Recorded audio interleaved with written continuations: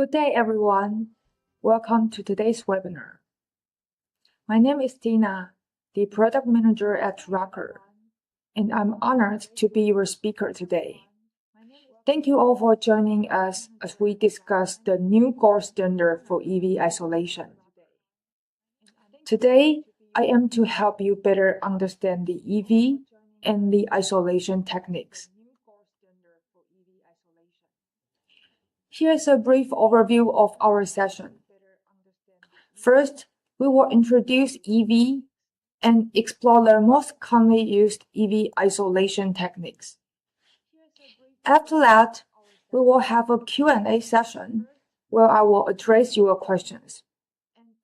Please feel free to leave your questions in the chat during the webinar.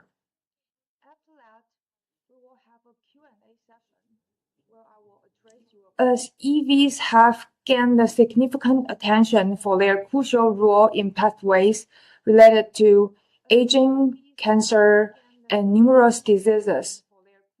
Common questions I have often been asked include, what's the difference between EVs and exosomes? And what's the best method for EV isolation? Today, we will clarify these distinctions, delve into EV subtypes, and discuss why proper isolation is essential for reliable downstream applications. So let's get started. Extracellular vesicles, EVs. They are lipid bilayer enclosed nanoparticles that are naturally secreted by almost all living cells. They carry proteins, RNA, DNA, and lipids, delivering them to the recipient cells, influencing their behavior and function. Thus, EVs are pivotal in intercellular communication, impacting both physiological and pathological processes. And this has sparked huge interest in EV research in the scientific community.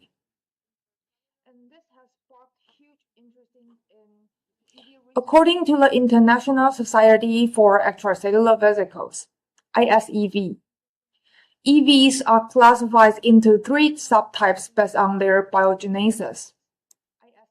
First, exosomes. They are the smallest subtype ranging from 40 to 120 nanometer. And they are primarily formed through an endocytic pathway and carry endosome-associated protein, like ALEX, TSG101, and well-known tetraspinning markers, including CD9, CD63, and CD81. Then, microvesicles, MVs. They are larger EV ranging from 100 to 1000 nanometer and formed by our budding from the plasma membrane. So, their composition depends on the cell membrane, such as integrins and selectins. Last one, the apoptotic bodies, ABs. They are largest EVs ranging from 1 to 5 micrometer. And they are released during apoptosis through the outward plumbing of the membrane. So, their cargo is quite different from others. They harbor cytoplasm, organelles, histones, and etc. The surge in exosome research followed their prominence in the 2013 Nobel Prize, leading to the exponential growth in studies. However, the research is often hindered by challenges like inconsistent terminology and experimental artifacts. So to address this, the MISEV 2018 guidelines suggest that EV categorization should be based on the physical characteristics, service markers, cell condition, or cell type. For example, small EV or high-density EV, CD63 plus EV or hypoxic EVs. To avoid confusion, I will use the term EVs throughout this presentation.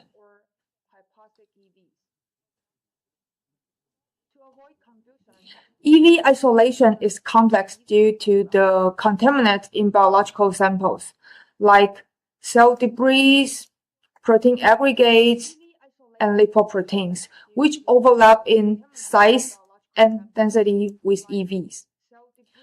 For example, when isolating EVs smaller than 200 nanometer, albumin and lipoproteins are common contaminants. This is why choosing the right isolation technique is so important to ensure reliable downstream analysis and maintain EV functionality. There are many EV isolation techniques available, and each with its strengths and limitations. So today, we will discuss 5 commonly used methods, including ultracentrifugation, size exclusion chromatography, ultrafiltration, precipitation, and immunoaffinity. First, differential ultracentrifugation, UC or DUC. It is the most widely used method for EV purification. It separates particles by size and density using the stepwise increase in centrifugal force. And larger particles like cells, cell debris, and apoptotic bodies are removed first, then leaving EVs to form a pellet at the high speeds. The protocol of UC is simple and reagent-free, making it suitable for large sample volumes. However, it is very labor-intensive and time-consuming. It often taking more than 4 hours to finish the EV isolation. And EV might be damaged due to the high G forces affecting their biological functions. Besides, the co-precipitation is also a common issue that can separate similar sized contaminants like vesicles and proteins. Despite all this drawback, UC is still considered the gold standard for EV isolation because its early development and standardized protocols. Next is the size exclusion chromatography, SEC, also known as the gel filtration chromatography. SEC separates particles by size. A sample flows through a column filled with porous material. The smaller molecules enter the pore and taking longer and more complex path, which slows their elution. And on the other hand, large molecules cannot enter the pore and instead taking a short path, so elute faster. Compared to UC, SEC is easier, faster, and can be completed in 50 minutes using the commercial kit. And it also preserves the EV integrity and activity, making it suitable for scaling up. However, SEC cannot fully eliminate the contaminants of similar size. Therefore, SEC is ideal for improving EV purity and is often paired with other methods such as ultrafiltration. Next one is precipitation. It uses the hydrophilic polymers like PEG to create a hydrophobic environment to reduce the EV solubility. Then combine with low-speed centrifugation to precipitate EVs. Precipitation yields more EV than UC, and it's user-friendly, cheap, and not very time-consuming. Besides, it's scalable that accommodates sample volumes from like 100 microliter to several milliliters. However, co-precipitation of contaminants like proteins and viruses reduce EV purity. And the EV yield measured by total protein content has been argued to be overestimated. Additionally, separating polymers from EVs is challenging and may interfere with downstream applications. And the PEG isolated EVs have shown reduced cell viability compared to UC, indicating potential toxicity. Overall, precipitation is a simple and cost-effective method that ideal for preliminary studies, but maybe it's less suitable for therapeutic or functional applications. Next, we have immunoaffinity, IA. It uses antibodies to target the specific EV surface markers like CD9, CD63, and CD81. And these antibodies can be immobilized on the supports such as microplates, columns, or magnetic beads. IA is highly specific, making it ideal for isolating specific EV subtypes such as CD63 plus EVs. And since there is no universal EV marker, IA cannot capture all EV in the samples, leading to lower yield. And besides, the high cost of antibody limits its stability.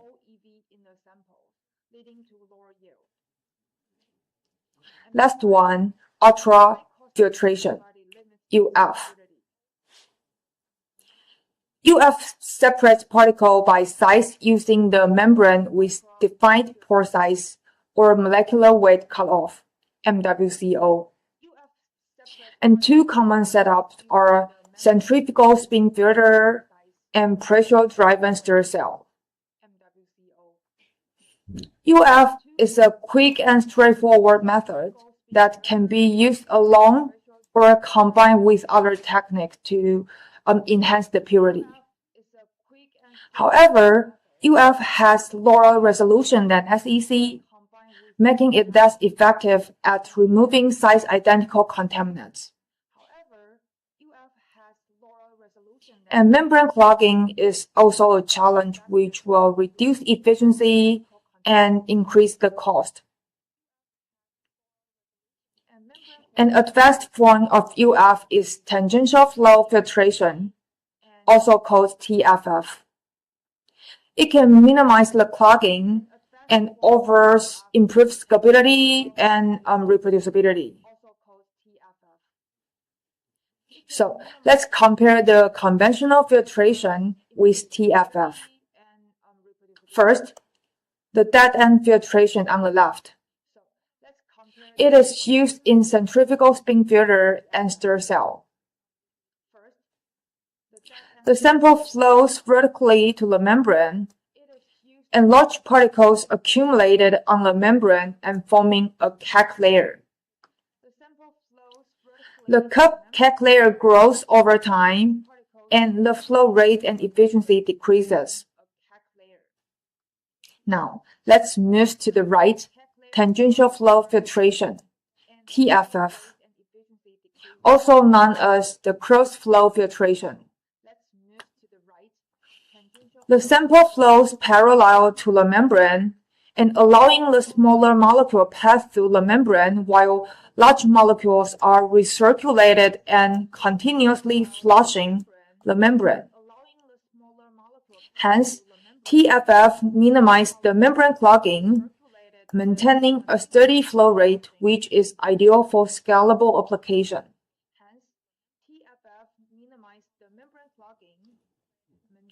This diagram summarizes the performance of 5 common EV isolation methods.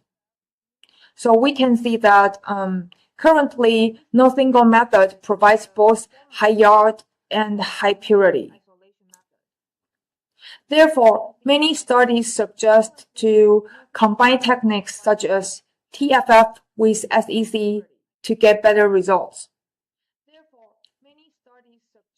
And the MISEV 2018 guidelines highlights the concern about using introduced components like the antibodies in immunoaffinities and the polymers in precipitation, because they may interfere with the downstream applications, and this further emphasizes the utility of TFF.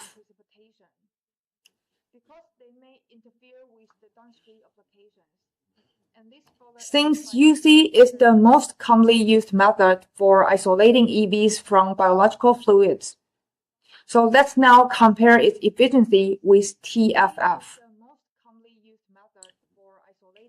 This study compares UC and TFF for isolating EVs from breast cancer cell culture media. When compared to UC, TFF recover 100 times more EV per million cells and 5 times more EV per 100 ml of media. Then EV from both methods shows the similar size, but TFF profile display less discrete peak and greater consistency across the replicates, indicating there's a higher reproducibility.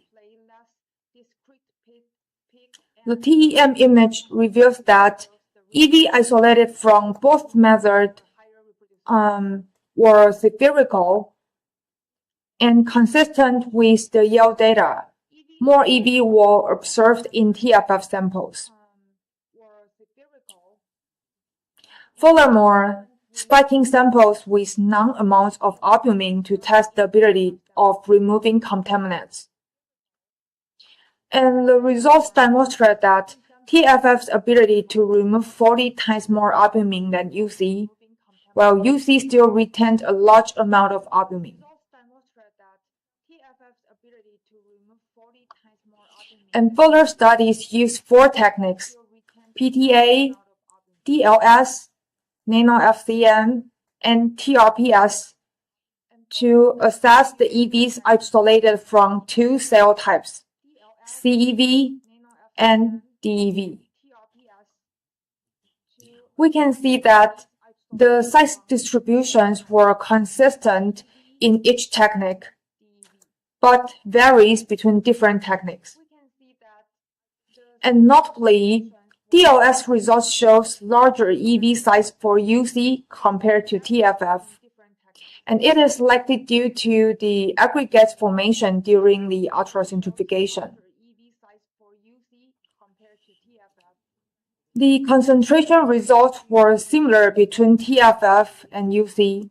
However, the nano-FCM indicates that the concentration of TFF isolated DEV is 100 times higher per ml than UC.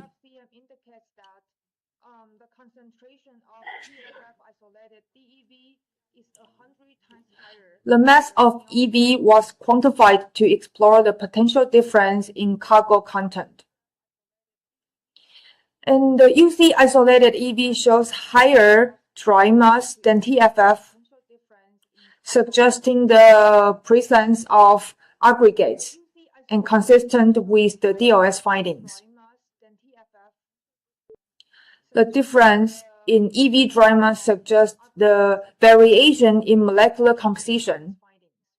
And to assess this, the surface marker and the total nucleic acid are further evaluated.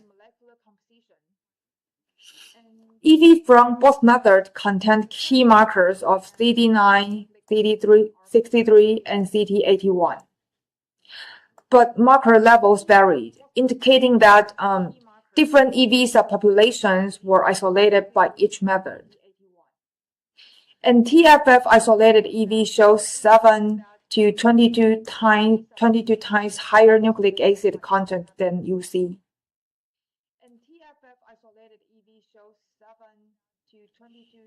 And since nano-FCM cannot effectively distinguish large EVs from small EV aggregates, the AFM was used to analyze the individual EV. Okay. The AFM image confounder spherical EVs from both methods with size ranging from 20 to 300 nanometer.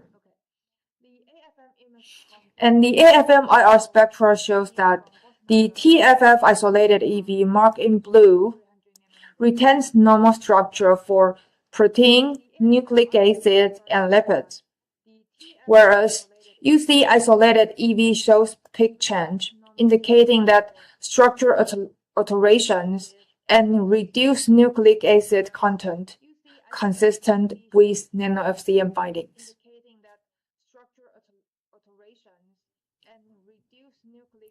A previous study shows that EV composition may influence the interaction with cell membrane, internalization, and biological effects.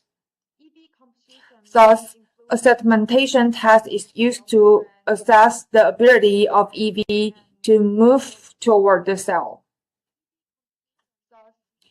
Overall, the segmentation rate of UC isolated EV was 65 to 100 times higher than TFF isolated EVs. And the uptake dynamics shows that TFF isolated EV distribute evenly and uniformly in the cytoplasm. And in contrast, UC isolated EVs were aggregates with various sizes.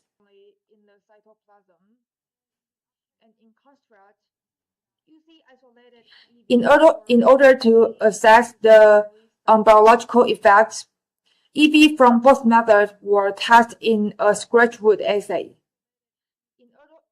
The LPS was used to induce the inflammation, and different EV concentrations were applied to evaluate the ability of wound healing.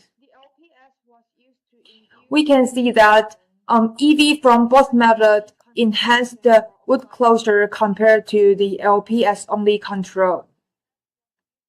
However, the UC isolated DEV shows adverse effect at higher doses.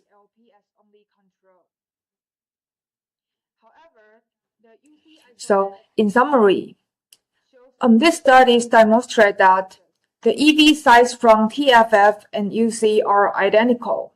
However, TFF outperforms UC in yield, reproducibility, and contaminant removal. It even saves over 40% of processing time, making it ideal for large-scale applications. Moreover, TFF preserves EV integrity, including higher nucleic acid content, normal molecular structures, and it also performs better in downstream applications like internalization and biological assays. So above results solidify TFF's role as the preferred method. Therefore, TFF has been increasingly adopted in recent years due to its many benefits. When paired with SEC, it further improved the EV purity. So together, TFF and SEC are gaining the recognition as the new gold standard for EV isolation. Based on the TFF strength, ROCKER developed Tanfil 100, an all-in-one TFF system to simplify the process. Tanfil 100 integrates TFF technology into a simple and all-in-one system. Just choose a suitable capsule, connecting all components together, and then it's ready to use. Besides, the system performs concentration, purification, and filtration simultaneously in a single setup, enhancing the efficiency. Compared to dead-end filtration, TFF reduce membrane falling, and the membrane are easy to clean and reuse. Compared to dead-end filtration, in addition to the key feature mentioned, Tanfil 100 is highly adaptable. By changing the adapters, it's compatible with capsules and cartridge from multiple brands, such as Henshaw Biomed, Paul, Sartori's, and making it incredibly flexible for various applications. The Tanfil system consists of a peristaltic pump for liquid transfer, a TFF cartridge to separate molecules by size, pressure gauges for monitoring conditions, then connecting tubes and clamps for complete setup. The sample is first loaded into reservoir and then pushed into the cartridge by pump. The molecule smaller than the membrane pore marked in green will pass through as filtrate or permeate, while large molecules marked in blue are recirculated to reservoir for concentration.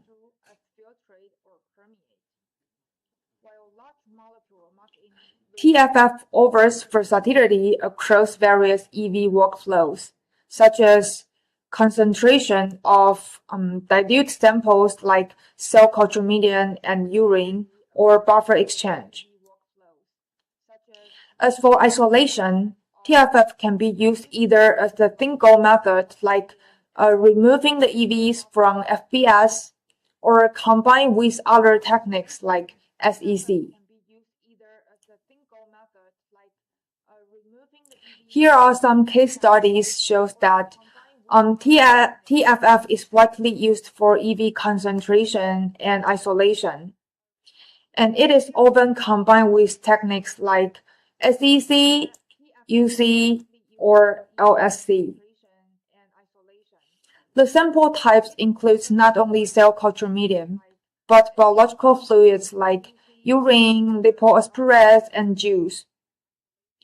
The capsules and cartridge details from various studies are listed here for reference.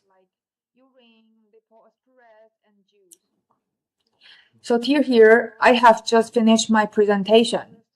So let's now move to the Q&A session. I will take up to 3 questions. Okay, first questions. How long can capsules or cartridge be reused? Actually, the efficacy of membrane is evaluated using the normalized water permeability test, the NWP test. And it measures water flow at the first usage and after cleaning to assess the membrane clogging. The more clogged the membrane, the slower the flow rate. So, if the recovery rate falls below 75%, then an additional cleaning is recommended.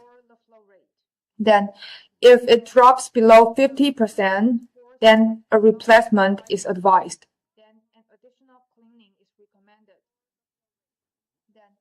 Okay, second question is, can the Tanfil system or cartridge be autoclaved?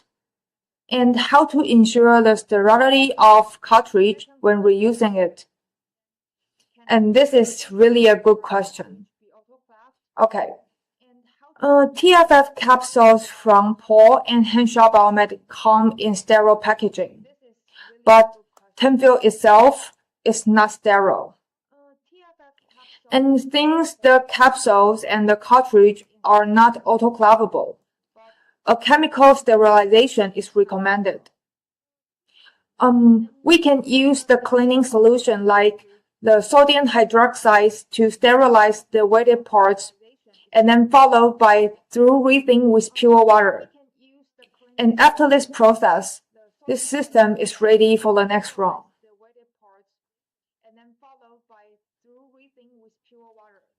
Okay, the last question. Can Tanfil 100 support a large cartridge or cassette holder? Actually, the Tanfil 100 is specifically designed for lab-scale application with only 500 ml capacity. However, it can still accommodate large hollow fiber cartridge if other adapters and an additional holders are used to support the cartridge. And here are examples showing that large cartridges are installed with the Tanfil system to show its adaptability. Okay, thank you for your attention. In conclusion, Tanfil system offers an intuitive and efficient solutions for EV isolation. And if you have further questions or feedback, please feel free to share them by scanning the QR code located in the bottom right corner. And now, let's conclude with the introduction video for Tanfil 100. Thank you. Tanfil 100 tangential flow filtration system is mainly used for the purification and separation of biomolecules, such as DNA, RNA, proteins, etc. As compared to traditional dead-end filtration, TFF method reduces membrane fouling. It also concentrates, purifies, and defilters at the same time. It speeds up and simplifies the process. In dead-end filtration, the sample stream flows vertically through the membrane. In this way, macromolecules can easily get accumulated on membrane surface and eventually lower the flow rate. With tangential flow filtration, the sample flows horizontally on the membrane surface. While small molecules pass through the membrane vertically, the remainings are continuously circulated, filtered, and flushed through the membrane, which effectively prevent molecules from accumulating on the membrane surface. It maintains the flow rate, and does concentration and defiltration simultaneously. Tanfil 100 is an easy-to-use system combined with pump, reservoir, and pressure gauges. Simply plug, load the samples and start. Tanfil 100 can be installed with different tangential flow filtration, including hollow fiber, flat plate, and spiral wound, suitable for microfiltration and ultrafiltration technology. It uses peristaltic pump rather than diaphragm pump to increase the service life. Parameters in Tanfil 100 include speed, time, and rotation direction. It's also built in with quick clean mode for cleaning the tubes after use. Use it with continuous defiltration can maintain concentration without manually adding buffer. It's milder to biomolecules, less likely to damage the structure, and easier to automate. Use Tanfil 100 on purification, concentration, and defiltration of proteins, peptides, nucleic acids, extracellular vesicles, antibodies, enzymes, vaccines.